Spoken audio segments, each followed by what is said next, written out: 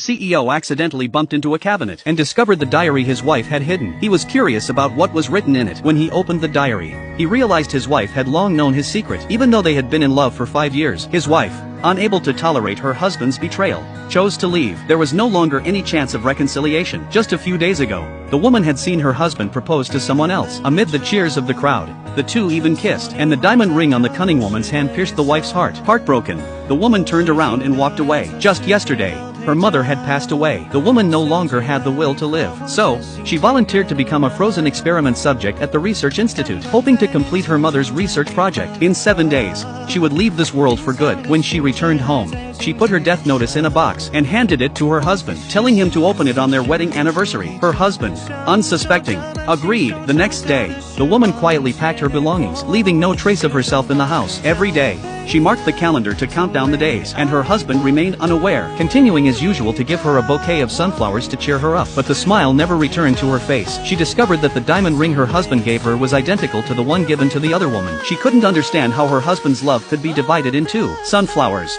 diamonds, wedding dresses, villas, all these things were also given to the cunning woman. Hearing the other woman boast on a program about her husband's romantic gestures, the wife's heart completely shattered. She collapsed to the floor, utterly devastated. The CEO, busy chatting with the cunning woman, finally noticed something was wrong with his wife. He quickly ran over and picked her up, but on the way home, the CEO received a call from the cunning woman, thanking him for making her the envy of all the women in town that night. 作为报答，今晚我给你穿你最爱的那款性感内衣。